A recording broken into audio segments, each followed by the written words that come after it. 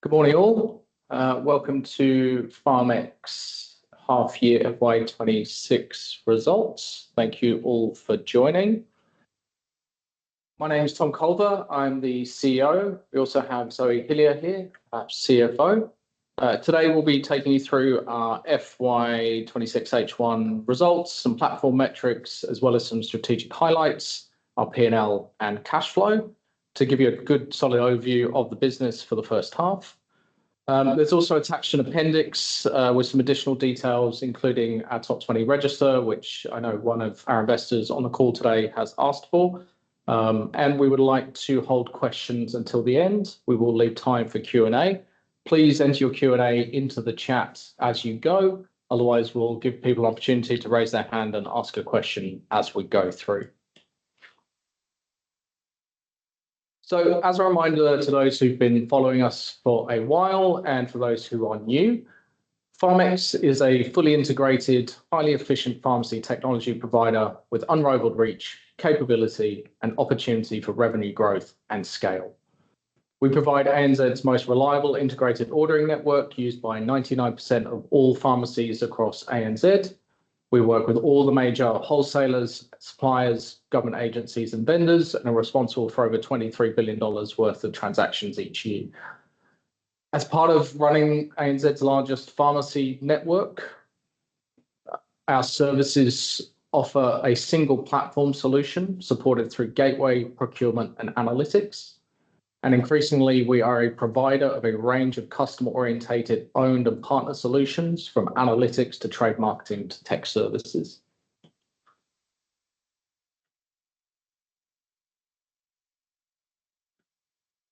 As we look at our financial update, apologies, skipped a slide, important one. As we look at our financial update for the half year, I'm pleased to say that our metrics and core revenues are up entirely across the board. But a 3% uptick in revenue up to 3.9 million, 5% uptick in revenues against our gateway, a 24% uptick in revenue against our marketplace, and pleasingly, a 54% increase in our New Zealand revenues. As you will understand, or you'll see, there is clearly a discrepancy or differentiation between our performance in marketplace, New Zealand, and gateway against our total revenue. This comes about from our delaying of some of our additional revenues whilst we have been going through the process of launching the new single platform, which went live in November. These are revenues such as integration fees, marketing partnerships, etc., which we expect to start to flow through again into the second half of the year. Our margin has also increased, up by 2% improvement on previous periods. EBITDA remains positive. We have had questions from investors around the base performance of the business, so understanding how the business would be doing if we were to take out our growth initiatives. Clearly, our current strategy is around growth, technical implementation, and new services. We're pleased to say that on a base case business, the business continues to perform very well with a 23% uptick in EBITDA. And we also maintain strong cash position at 3.2 million. As we think about our strategic successes over the first half, we're very pleased to share numbers in relation to the adoption of our pharmacy portal and our marketplace. As at the end of the period, our pharmacy portal adoption was up to 875 pharmacies. This is now over 1,200 pharmacies as we sit here today. 57% of those registered users now use our stock view feature, which was launched in September. And since September to the end of the period, we had a 39% month-on-month growth usage of that feature as well. So demonstrating very strong adoption of these high utility pharmacy solutions that have been released in support of our customer being pharmacy to drive better outcomes for them as they manage store and ordering. As we look at our marketplace launch, which went live in mid-November, in December, we delivered a record marketplace GTV up 68% versus our previous prior peak on our Pharmx platform, which has now been replaced. And our GTV has grown to 79% month on month, demonstrating strong early traction. We're very satisfied with the results of these two areas of our strategic product roadmap. and we are where we expected to be at this point in the cycle, given the very early stages of release, but with some incredibly encouraging performance to date. We've already touched on the continued expansion of New Zealand with strong revenues. This will now become an increasing focus for us under the recently announced strategic alliance with Sigma. On Monday, we announced this partnership with Sigma Chemist Warehouse. This is a strategic partnership which appoints Pharmx as their preferred EDI and growth partner, reinforcing our position at the center of the supply chain for ANZ. We'll talk about that a little bit more in the next slide. Our revenues have continued to grow. We have seen a slight softening in gateway revenues due to the change of distribution method of 2 suppliers. However, we're very comfortable that this is being offset by our record supplier integration pipeline, the continuation of our strategy to increase volumes-based ARR and to continue to diversify revenue. And this is demonstrated by the fact we've got 19 new suppliers onboarded in an H1 and a strong pipeline as we go into H2.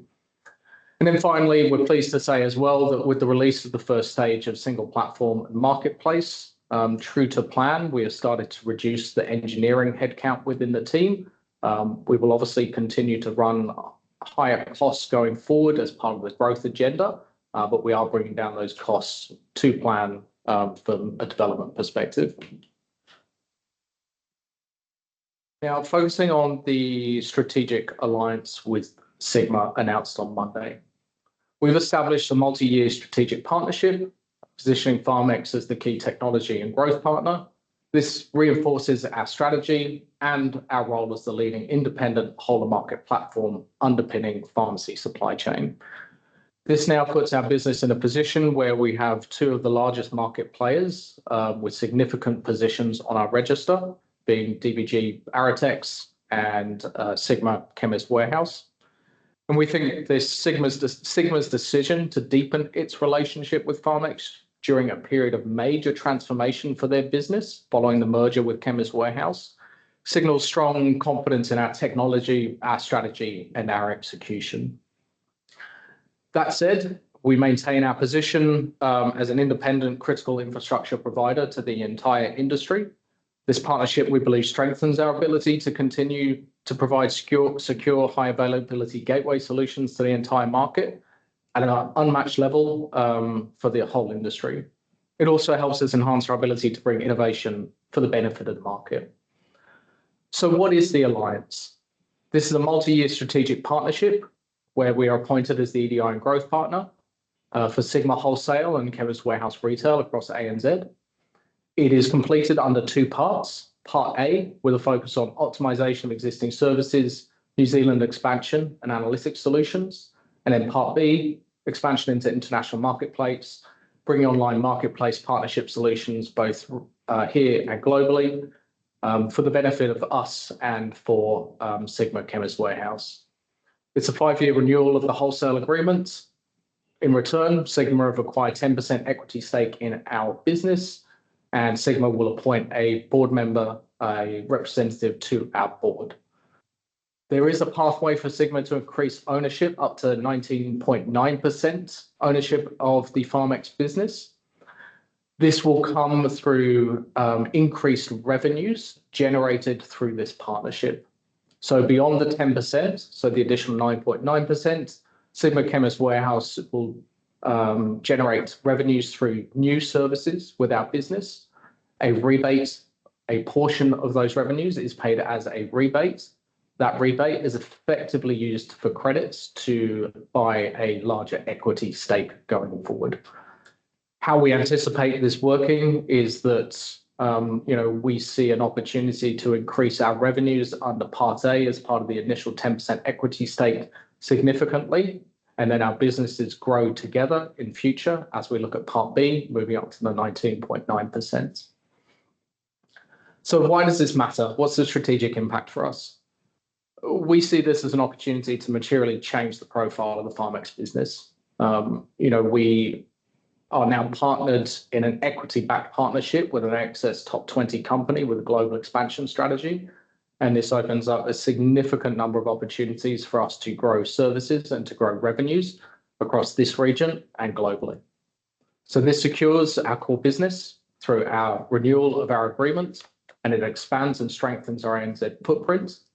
It validates and accelerates our single platform strategy, and it provides opportunity for vertical international expansion, expands our marketplace and procurement capabilities, and it unlocks our partner-led data analytics opportunities, both at a national and a global scale. As we focus down on the business today, our strong financial results are supported by excellent platform metrics, once again, showing strong growth of lead and lag indicators, illustrating and supporting the impressive strides we've made as a business. Over the half, our GTV across the platforms has again increased 17%. Our volumes-based ARR, as part of our strategy to diversify our revenue away from standard account fees, has continued to increase. We've seen the number of orders on our marketplace increase by 134%, and the number of orders on our gateway platform increased by 10%. Obviously, big difference between our marketplace being a nascent platform, but I would say very impressive numbers for us on our gateway platform, linked to our GTV, given the maturity of that business. And again, a continued demonstration that we play an incredibly important and influential role in this sector. As we think about adoption of our platforms, the number of suppliers that we work with has continued to increase, 8% increase in total suppliers and 14% increase in the half. This has led to a 4% increase in the number of accounts that we operate with. And again, considering the maturity of the platform, impressively a 5% increase in the average revenue per user on the gateway compared to the previous half. As we think about marketplace, very, very strong 99% increase in monthly active users, a very strong 33% increase in average monthly spend, and an equally impressive 4% increase in very early stages of average revenue per user. So once again, we're incredibly satisfied by the results that we're showing, particularly the early stages of this transformation, our ability to maintain growth of our existing core capabilities, as well as demonstrate growth in our new strategic objectives. Take a quick note to have a look at where some of these increases in volumes are being driven from. So as we look at platform insights, this is representative of the flow of volumes across the industry, which impact our business, both as ultimately a lead indicator into volumes and the type of suppliers and the diversification of revenues and SKUs that we're operating with. So we've seen a significant increase once again in the volume of GLP-1s. So this is your Mounjaros, your Ozempics, etc., coming across the market, driving huge volumes. This isn't new to our industry. This has been steadily increasing, and this is not unique specifically to pharmacy distribution. We're seeing this as a trend across broader medical supply to customers. I think what is relevant to this is if we look at the slide below, the box below around chronic reset post-pandemic, we've now seen a significant drop-off in COVID antivirals that were previously in our top 10 and are no longer in our top 10 core products. I think this is a very good demonstration of the cyclical nature of supply across the industry, and it gives us great comfort that should the GLP-1 trend diminish, that we will capture it elsewhere in the next phase of the cycle. As we move into the middle of the slides, as we look at the volume resilience, this once again is a very impressive signal for our industry. So we've seen an increase in the total units sold across the industry, particularly looking at prescriptions and OTC categories. However, we have seen this demand, this strengthening demand rather than being price inflation. So prices have maintained consistency, gone up with inflation, yet we've seen outstrip demand. This is coming from critical areas such as medicinal cannabis, where once again we've seen strong growth. We've also once again seen strong growth across beauty, calling out MCO Beauty as a key leader in that in the first half. And also we're seeing a greater mix of products across the portfolio, increasing the number of SKUs that are available on our platform in the last 6 months by just under 10,000, or 10% of the total active SKUs on platform currently. So once again, very strong performance from the industry, starting to reflect strong performance across our metrics. At this point, I will hand over to Zoe, who will take you through some of the more detailed financials, profit loss, and cash flow. Great, thank you, Tom. Morning, everyone. So as Tom mentioned, I'll now go through over just a little more detail around the financials. So revenue for the period was 3.9 million. The gateway revenue has increased 5% versus prior comparable, and this was largely driven by the New Zealand revenue and growth in our third-party network user revenue. Marketplace commission revenue has increased 24% versus prior comparable period. This growth was despite an intentional pause in onboarding and marketing activities on the old Pharmx platform until the new marketplace was launched in November 2025. We have seen a significant uptick in December on key marketplace metrics, as Tom went through a bit earlier, and this is only the second month of operations of the new platform. This growth has been partially offset, as I mentioned, with some reductions in paid marketing revenue, one-off integration fee revenue, and as well as interest income. And that was due to that sort of intentional pause around onboarding new suppliers and pharmacies to the old marketplace. This overall led to a net increase in total revenue of 3% compared to the prior period. Total operating costs were 3.4 million, which is 0.7 million more than prior period. This increase in operating costs was in line with plan to support the launch of the new marketplace. The increase was driven by our investment in development resources, sales and marketing capability, and IT infrastructure. People costs have increased by 447,000, technology costs up by 94,000, and marketing costs up by 65,000. There were also some additional legal and advisory costs in relation to the recently announced Sigma and Chemist Warehouse strategic alliance. EBITDA for the half was positive at 0.5 million, compared to 1.1 million in the prior period. This reduction was entirely driven by increased growth expenditure. The normalised base business EBITDA improved by 23%. And what we mean by this is the estimated underlying gateway business contribution and the cost to run it. So excluding all revenue and cost contribution from the marketplace and data and analytics business currently in their launch and early growth phase. This investment into growth initiatives is aligned to the strategy to drive future revenue and profits. Amortisation and depreciation for the period was 0.7 million, which was an increase of 17% due to the ongoing investment in product development and the capitalisation of those costs. Employee performance rights expense also increased in the current half as a long-term incentive scheme was rolled out to the broader organisation to incentivise and retain talent.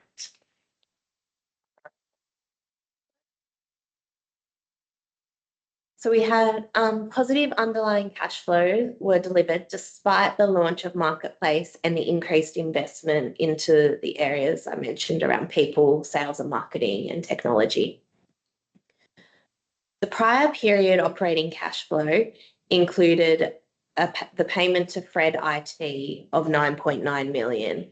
Hence, you're seeing that large improvement on prior period. That was made in accordance with the final orders issued by the Victorian Supreme Court in the prior period.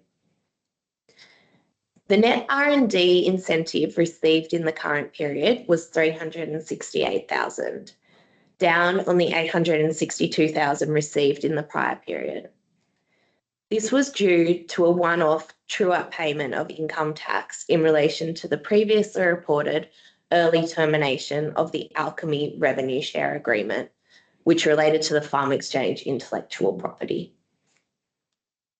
The launch of the marketplace has led to increased development costs, with 1 million of capital expenditure on product development during the current period. The prior comparable period capitalised development was 654,000. You see the investing cash flows in the prior period were actually an inflow. That was because there was also inflows related to the sale of the legacy pharmacy software business in the prior period too. Marketplace development, enhancement and optimisation is expected to continue in H2. Additional features and new services will continue to be added to the single platform to drive utilisation and future revenues. I'll now hand back to Tom. Thank you, Zoe. And so just in summary, we think we've had a very strong half with some very solid lead indicators and very solid early signs on our new strategy. The most recent addition to that is obviously the strategic partnership, us being appointed as the preferred EDI and growth partner to Sigma and Chemist Warehouse. I can't understate how important we think this is to the future of our business and how impactful this potentially is for us in terms of completely changing the revenue profile of this business, whilst also continuing to align it to the strategy that we've implemented. So I think this is an incredibly exciting development for us and the business. Equally in the half, the launch of our marketplace in November 25 with some very, very strong early traction figures we're very satisfied with. I think this is an excellent result. We've had record performance on that marketplace. We've continued to see strong adoption of pharmacies across our platforms, and we've continued to see good, strong supply momentum with new suppliers continuing to join the network. As well as this, our New Zealand expansion, which was started last year, continues to be strong, and we expect this now to accelerate further under this alignment. And then lastly, as I mentioned, cost on plan, we're very clear and often reported about our ability to deliver on time, on budget.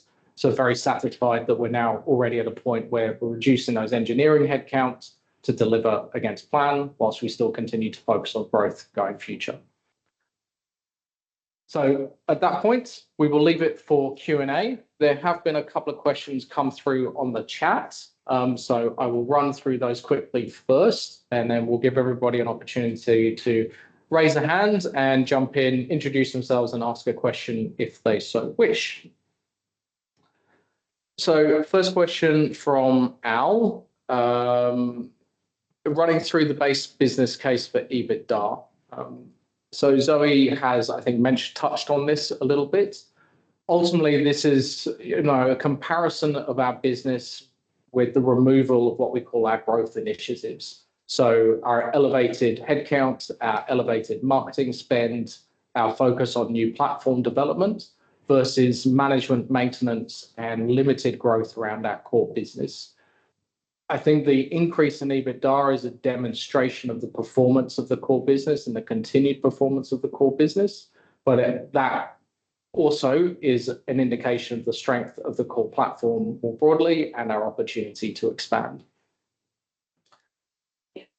We also have a question here on payback period on establishment fee for Sigma partnership from Michael. Excellent question. I'm not in a position to fully answer this. As part of the Part A and Part B services, we are developing scopes of work for separate items to be delivered.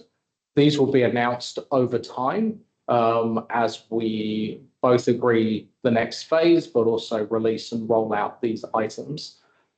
Needless to say, though, there is confidence from management and the board that revenues will look to at least recoup but exceed the establishment fee that we have paid. We see this as a partnership that allows us to grow revenues very, very significantly. Sigma and Chemist Warehouse see this as a partnership to secure their position with us, given the important role that we play within their business, but also importantly, be part of our growth as our revenues increase and our market cap increases and our share price increases. This is very much a partnership designed for win-win. I have a couple of hands raised. Oh, no, they've gone down. Okay. So we'll just give everyone a minute, just any other opportunity for people to raise a hand. Yes, we've got Ryan. Do you want to jump in and introduce yourself and ask your question? Hey, thanks so much. This is Ryan from Infuse Partners, and I would love just two things real quick. If any more details on the two suppliers changing their distribution methods on the gateway, that'd be super helpful. And then also any insights you can offer on the marketplace with Sigma, because my understanding was they were already an EDI partner, but I guess there weren't many details on the marketplace piece of that. So just curious. Thanks so much. Yeah, absolutely. Thank you, Ryan. So the first part of your question around the suppliers. So ultimately, we had suppliers, and this happens fairly regularly, but we had two suppliers move from being direct suppliers into being wholesale fulfilled. And what this has meant is that we've lost the account revenue from them being direct suppliers, and they're now part of the wholesaler fulfillment. So that's why we haven't seen a drop off in volumes, but it did have a point in time impact on revenues through those account fees. As we think about the other piece, so the Sigma partnership as it relates to marketplace and single platform and EDI, I will try and maybe clear up and give a little bit of history. So yes, absolutely correct. Sigma is an existing EDI partner of ours. We have resecured that relationship with them for a 5-year period under this partnership. As we think about Sigma, however, in today's world, we must think about both the wholesale arm being Sigma, but also the retail arm being Chemist Warehouse. So whilst we have resecured the Sigma wholesale relationship, we have also resecured the Chemist Warehouse retail relationship, which is an incredibly important element of our infrastructure, an incredibly important part of our revenue generation. As we think about expansion opportunities, we think about expansion across all services under the single platform. So the international and vertical expansion opportunities for our EDI solution across the Sigma Chemist Warehouse business, the expansion of our marketplace capabilities. So that is both looking to introduce Sigma into the marketplace, as well as looking to establish procurement solutions for the retail side of the business. And then lastly, data and analytics, which, as I've mentioned in previous presentations, is a critical element to the single platform solution and execution of it. And so we will be providing analytics solutions back into the retail arm of the business initially, and looking to establish data solutions across the EDI areas of the Sigma and Chemist Warehouse businesses as well. These things, as I mentioned previously, happen under a scope of work, and so they will be sequential. There is not going to be day one, turn everything on, and we're going to make $20 million more revenue. This is us building solutions, building into their business, operating as a growth partner and an EDI provider for this partner, with incremental revenues coming over time through the lifetime of the partnership.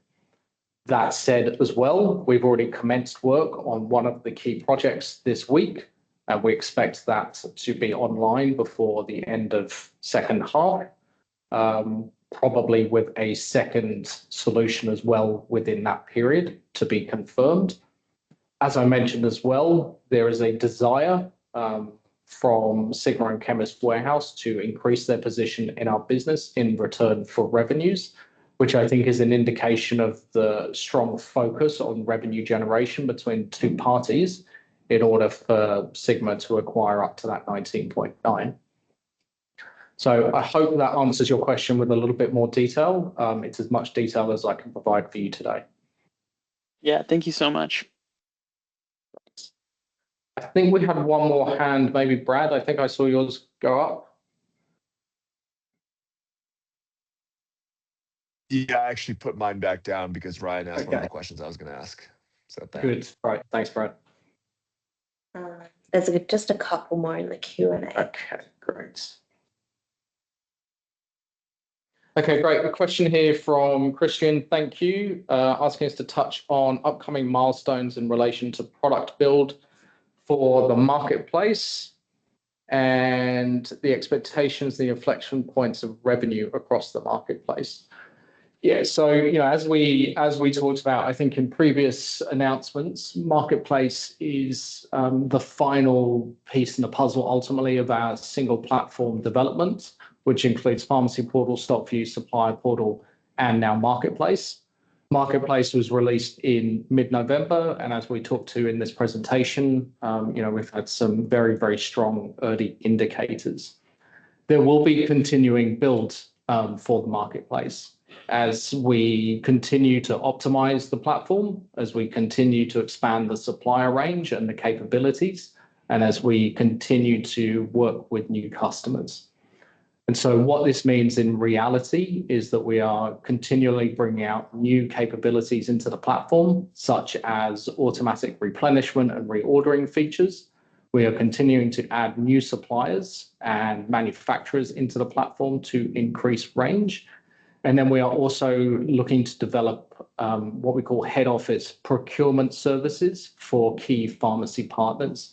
So this enables what we call banner groups or head office capability to control ordering down at the store level versus stores being able to manage ordering at the store level. So this will be a critical next phase of the development work over the coming months.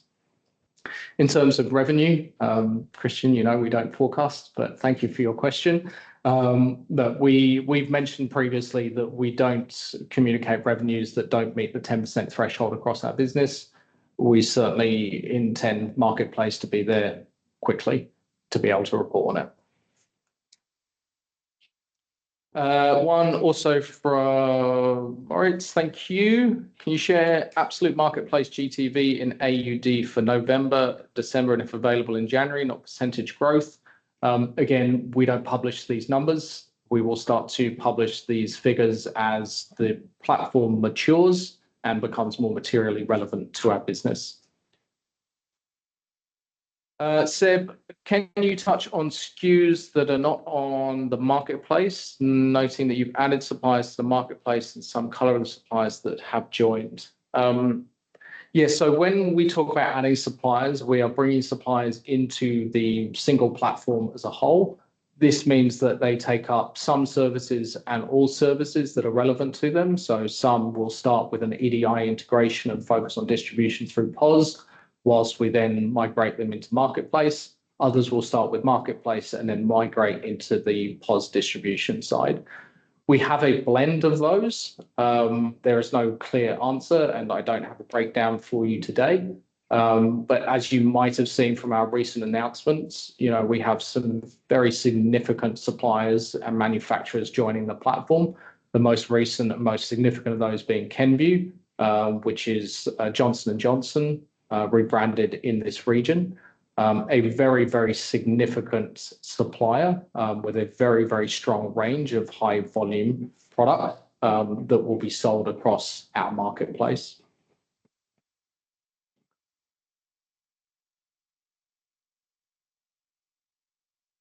I think that is the last question that we have for today. So one more from Ryan, last one. Yeah, sorry, just real quick. Are you able to share any directional details? Because the 875 pharmacies moving to 1,200 is really impressive in just a couple months. Are you able to share any examples or just the pharmacies that have routed a lot of the orders already through Marketplace? Just, you don't have to talk any specifics, but I guess moving forward to the end of the year, I know you have goals of 2,000 pharmacies. Is there any way you could paint a picture of getting there, and then in terms of what a goal would be to get in terms of wallet share of pharmacies routing through the marketplace? Yeah, absolutely. I think that's a great question, a great framing, Ryan, particularly around market share. So, as given the position that we have in the industry, we do have a very clear view of what a pharmacy spends through the point of sale and EDI network. And so we do have internal targets around wallet share, movement of that spend away from the traditional EDI solution through to the marketplace. Now, we have a number of cohorts that we are targeting to join Pharmacy Portal and then down through Marketplace. Broad numbers are not quite the 2,000 that we touched on, that you touched on, Ryan, for Marketplace. It is a lesser number than that. But I think more importantly to your question is that we have a smaller cohort of pharmacies that we anticipate should be able to spend up to 90% of their normal ordering flow through the marketplace. And so this typically for our pharmacies ranges between $1.5 and $2 million a year in total spend. We're looking to capture 90% of that with a target cohort across the marketplace before the end of the year. Encouraging to say that we already in the very early stages have a number of pharmacies already transacting at that level. And we are outside of that continuing to see strong uptick in our average order values across all our pharmacies as they trade on Marketplace. So strong month-on-month growth in that AOV. That's fantastic. Thanks so much, Tom. Okay, we'll take a last one from Michael and then we'll close it off. So Michael, if you want to jump in. Yeah, just quickly on your response, what is the traditional EDI network or channel that pharmacies use that you might not tap into currently, but you're trying to win over? Yeah, so that's the core part of our business. So we are the EDI network for the industry that connects pharmacies and suppliers transacting through their point of sale.